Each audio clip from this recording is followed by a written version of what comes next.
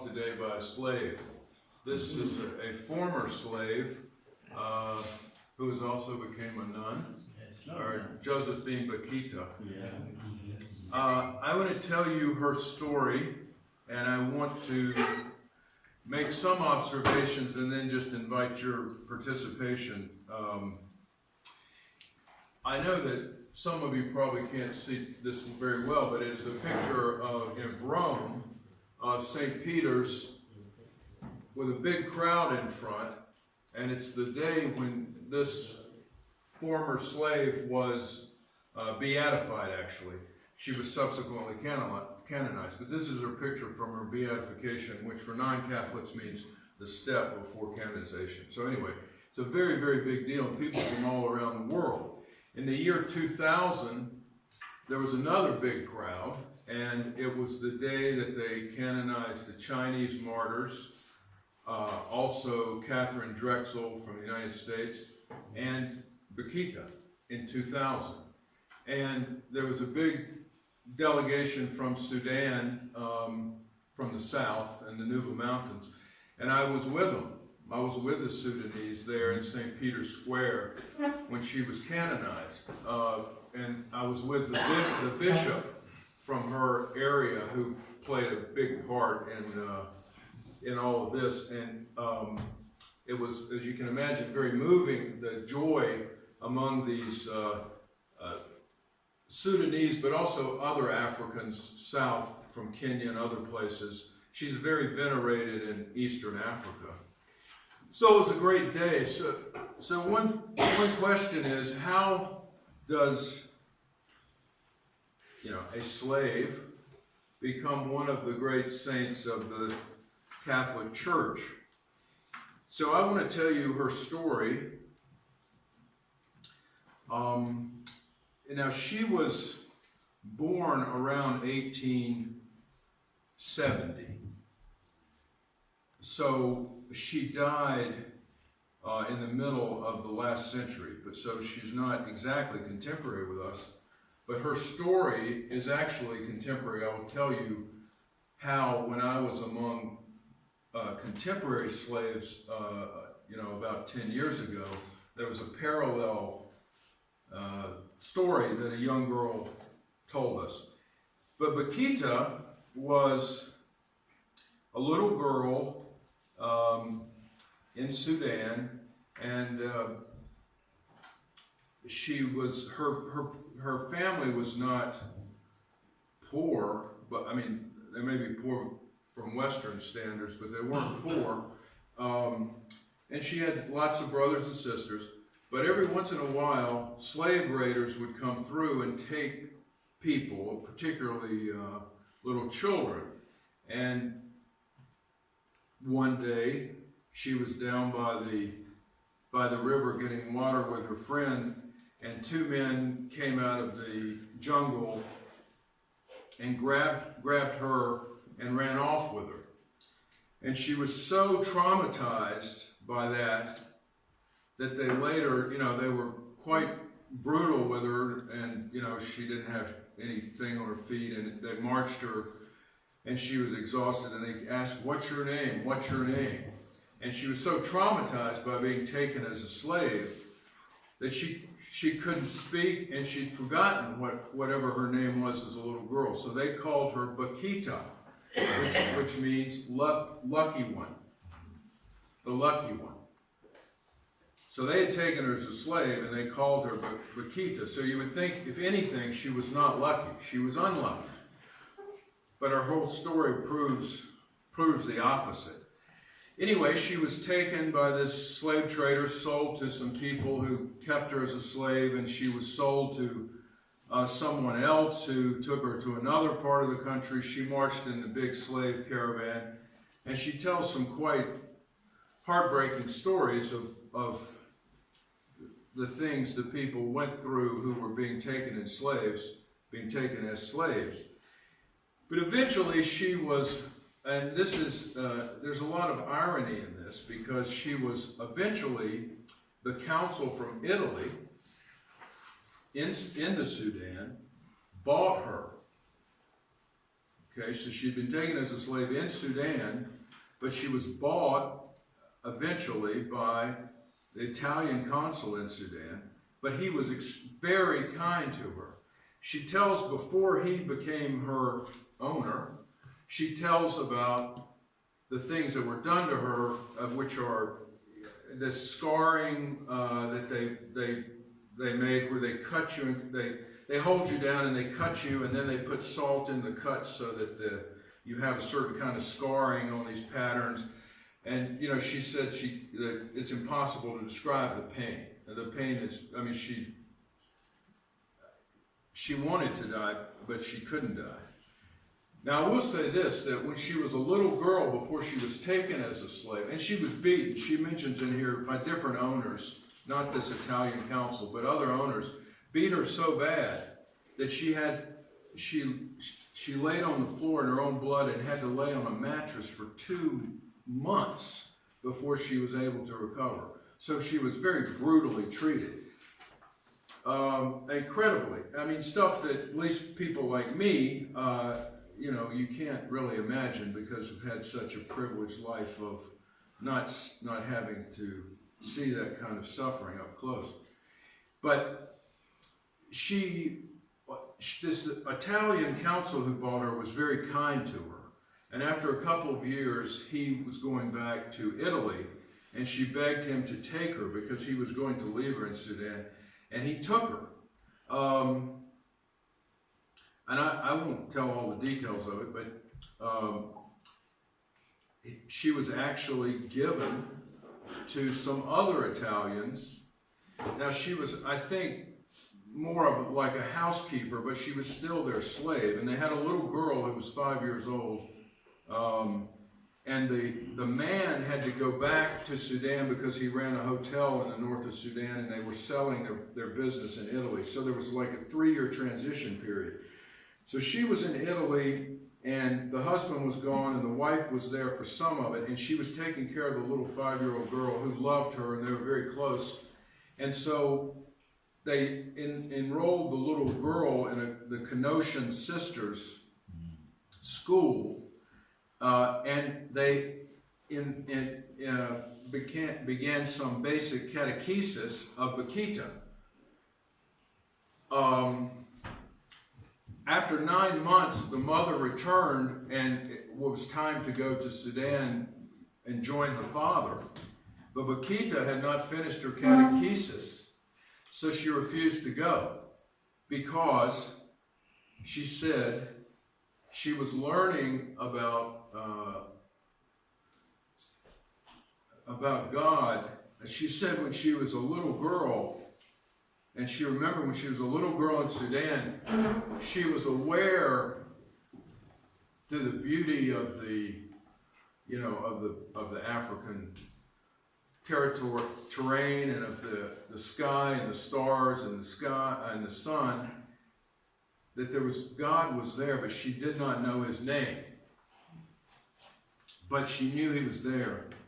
And so she said when she was in Italy and the Canossian sisters were catechizing her, she learned his name.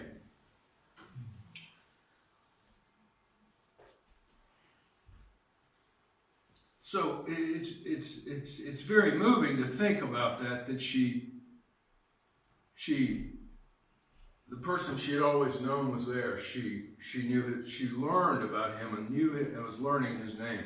So she didn't want to go back with him to Sudan. And then a little later, the family wanted to get her, they weren't so much mean to her, but she was their slave.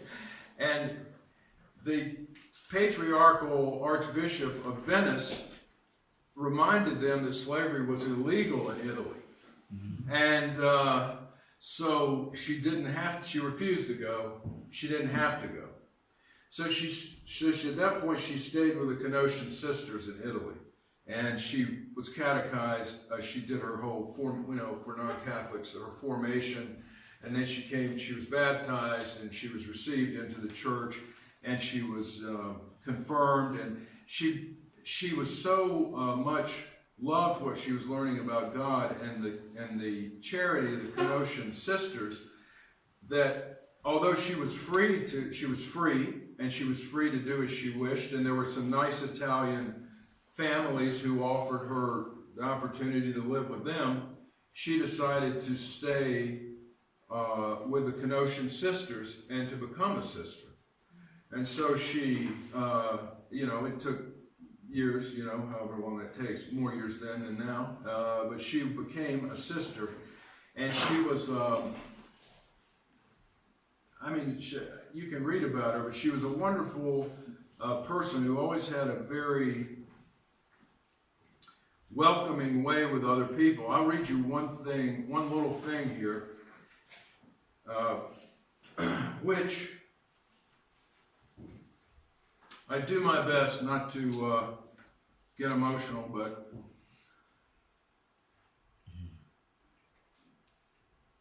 she says,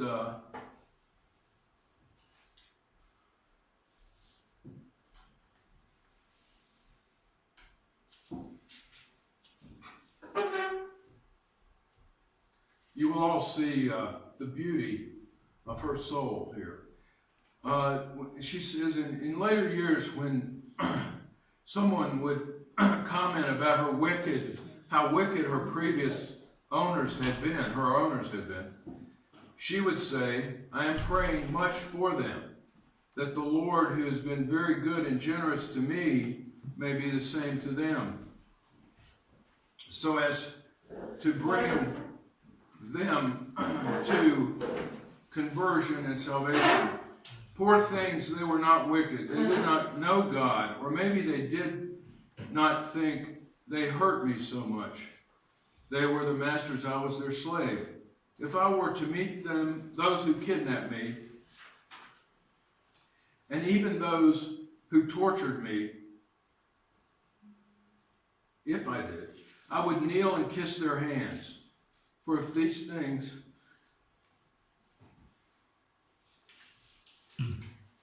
had not happened, I would not have been a Christian and a religious sister today.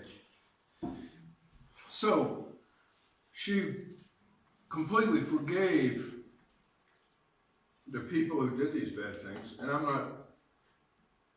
don't know about you, but I think I don't know that I could do that. But she did it, and she did it fully.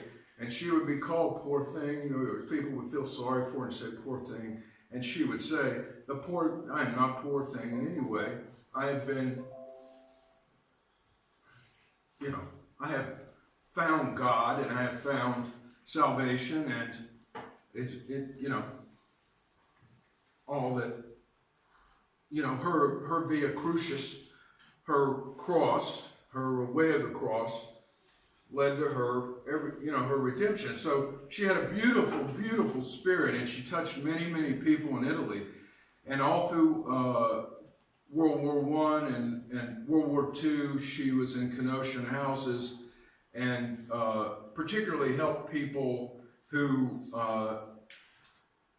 were struggling with either a vocation or other things. She was a very generous, outgoing person, but very humble person. When the other sisters would go to teach, as she got old and she had arthritis and she had to be in a wheelchair, and she would go to the chapel and she would say, I will go to pray that you teach well, these children.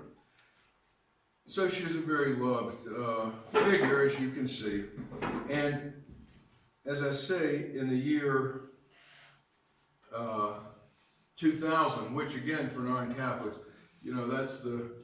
that's the Jubilee year of the birth of Jesus. So it's a very special year, and the church chose to canonize her in that year. So her story is not unique. As inspiring as it is, it's not unique. And I know you can't see this that well. I can circulate it, pass this around if you'd like to look at it. But this is a book about her, and there's a picture here of the bishop I worked with another young girl. So this was 10, 15 years ago. But this was among the slaves which we met with in the Bar al-Ghazal area. I told you that there had been slave raids, either encouraged or sponsored by the government, and some of the slaves had escaped.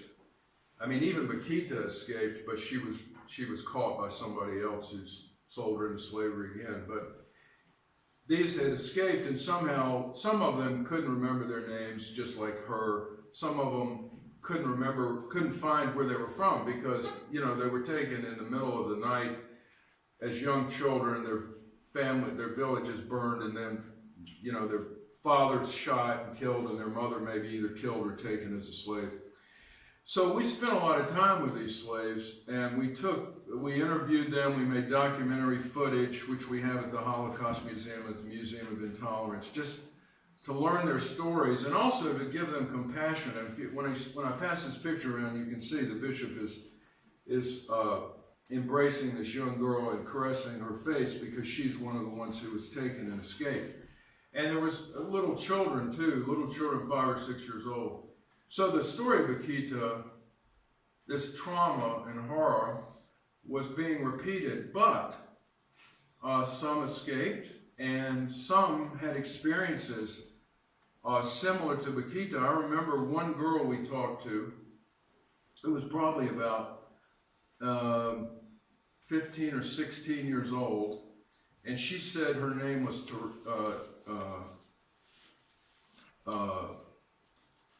I'm trying to remember whether it was Teresa or Therese, and we asked her, you know, how did she come by that name? It's not, you know, a traditional. These are being taken from traditional African villages, so they wouldn't have had any Christian name. And she said that, and she didn't remember her African name, but she had been taken as a child, and she was, you know, beaten just like Bakita. And one night, a lady appeared to her.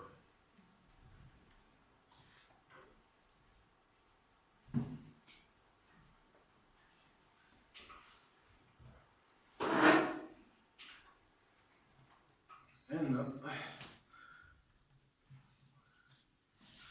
the lady said her name was to be Therese, and that she would, you know, show her how to escape. And she did. And the girl escaped, and she's Therese. And I don't know if the lady was the Blessed Virgin Mary or Bakita, but those kind of things were repeated in this day. This is not something that happened one time to one person. They were being, God, in my understanding, my belief, was helping, you know, these poor, and again, from my perspective, these poor suffering people. But I'm sure Therese was also, she was not full of hate. She was not full of bitterness or resentment. She didn't want vengeance, you know, at the end of a gun against the people who took her. She felt like her suffering made sense because she had found God. Now, this is the image of Bakita that is the common one, the one you see everywhere. And recently, in Washington, D.C., I went to a new museum, a pretty new museum that I think it cost maybe even $20 million to do. And it's called the Museum of the Bible. And it's evangelical Christians did it, but it's very ecumenical, and the Vatican cooperates with them, and other nations of antiquities in the Middle East cooperate with them. And it's not a proselytizing museum, but it introduces you kind of to the Bible. But I mean, it's been there for a year and a half. I'd never been, and I went for the first time. And when I walked into the lobby of this museum, I know you can't see it, but I'll pass this around. this is the lobby, and if you look, so this is the floor, and if you look up, you see Bakita. Her picture, this picture, kind of presides in a way, over the whole place. And I asked them, I said, Bakita, and in all my experience in Sudan, she is a beloved saint. How did she end up? I was surprised because I suppose I had a little bit of a prejudice that it might be kind of an evangelical museum that wouldn't care about Catholics or something, but I was wrong. But I asked them, and they said, because one of the themes of the Bible, and this is where I'm trying to tie tradition and religion together in the face of modern challenges, is one of the themes of the Bible that they illustrate there is freedom and slavery. Because the freedom, the story of the Jewish people is freedom of slavery from Egypt, and they have a portion where they have Dr. Martin Luther King, who's the great American opponent of against discrimination in the U.S., and they have her as well. So, to me, it was just. Bakita is the saint of freedom and forgiveness, and she's everywhere presiding over us, and that's my story.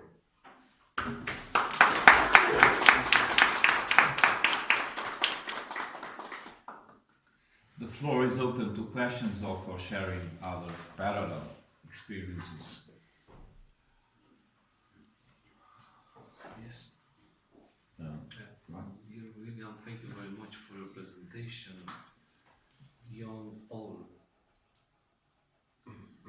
academic discussions, you put us in the front of a model for humankind, not just for the Christians, right, for humanity.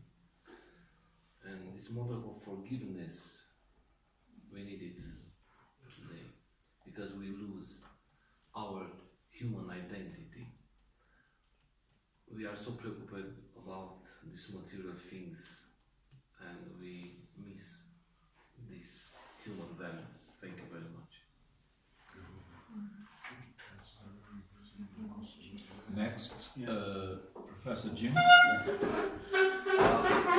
Thank you very much for sharing, and I'm gathering my thoughts as I listen to your presentation, and some thoughts that occurred to my mind is that sometimes we look at religion, or particularly the church, as some kind of simply a social institution. Many times we look at the church as rather just a gathering of people. But based on your sharing in your presentation, I think the church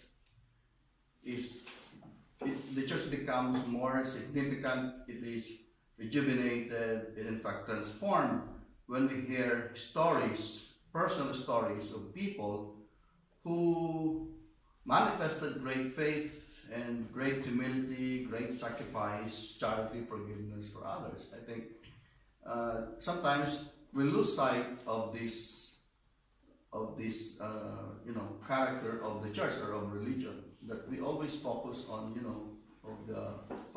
always on the church as being a group of people having its dogma, its rules, its doctrines, and whatever. But really, when we look at the church on a personal level, the church as something spiritual, it is more of the stories of people who manifested greatly, expressed greatly their faith. I think even when you look at the church in its early beginning, or probably not just Christianity, I think you see that the seeds that was planted, that eventually became the church that it is now, were the seeds of charity, of humility, of forgiveness, of great faith, of those individuals who, you know, who practice their spirituality, their faith in, you know, following their own beliefs. So I think it's always nice to go back to that, to the seeds of spirituality sown by saints like this. Yeah, the only thing I just want to add is the obvious point for everybody is, you know, she said she was truly the lucky one, you know, that, you know, that kind of cruelly given name by the people who took her as slaves was actually, she said she was the lucky one.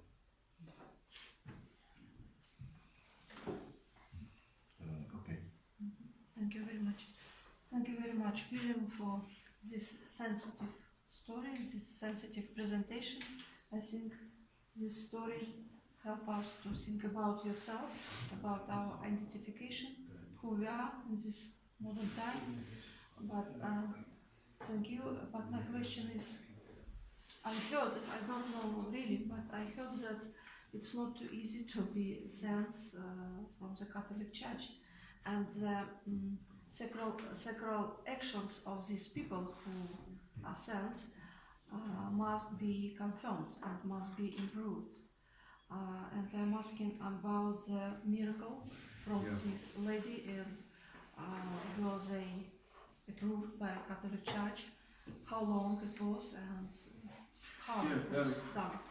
You know, I don't know, you're right, John Farina can correct me if I'm wrong, but I believe that, I don't know, you have to have, I think, two miracles, one to be beatified and one to be canonized, I think. And I don't know what the miracles were with her. I'm afraid I don't know. She was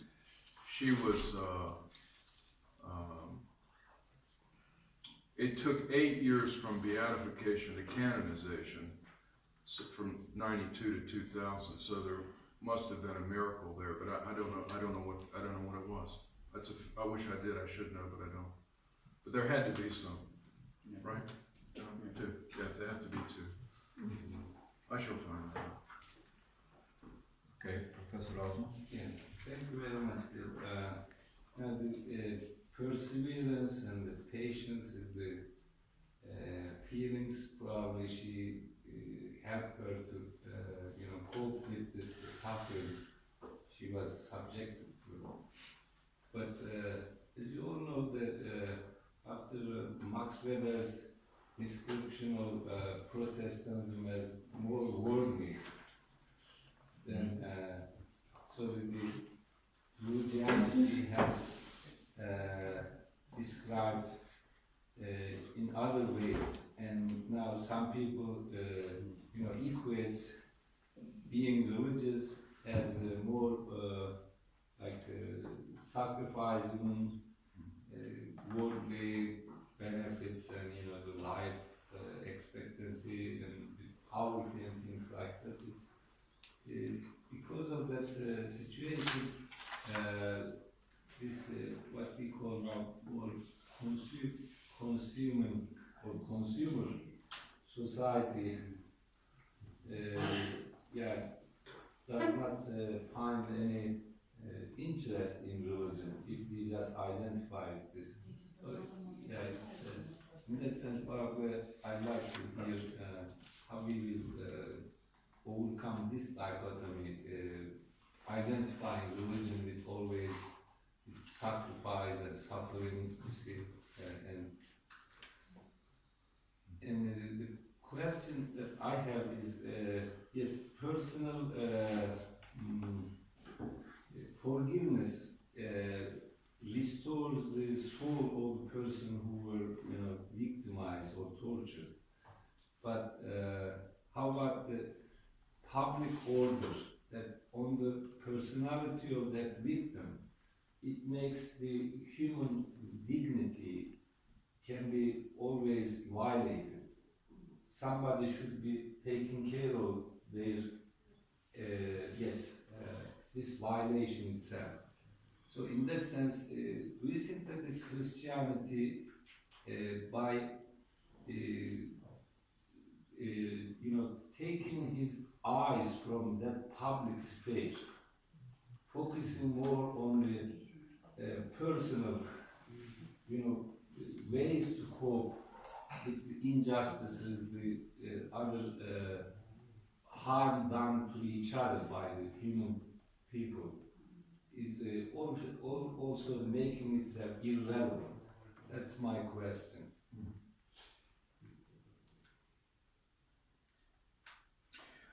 Well, I don't think, I mean, if Christianity only did what Bakita did in terms of forgiveness, maybe so, but I mean, Christianity is very involved in public order and public affairs. I mean, Mindo told us that Christianity must save democracy.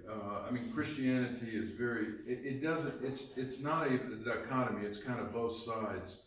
You know, I was working in Sudan because I was moved as a Christian to help a bishop help people, who were suffering. So that was because of my Christian faith, and I hope my charity and compassion towards all people. But so I was involved publicly, and all the work I did was, in Washington D.C. One of our main things we tried to do was to raise this issue politically so people would pay attention to it, because otherwise people suffer in silence. They cry out, but nobody hears them. So I don't really think that's a real worry, but because I think most Christians see their vocations as being involved in helping people in the world. But for me personally, somebody like Bakita is. That's why I was saying I don't think, sadly, I don't think I could forgive like she did, because she's a saint. She can go beyond where I could go. She could forgive people who did these things to her. So I think actually the faith and the deep faith and forgiveness of saints gives us strength actually to work in the world. That's what I think.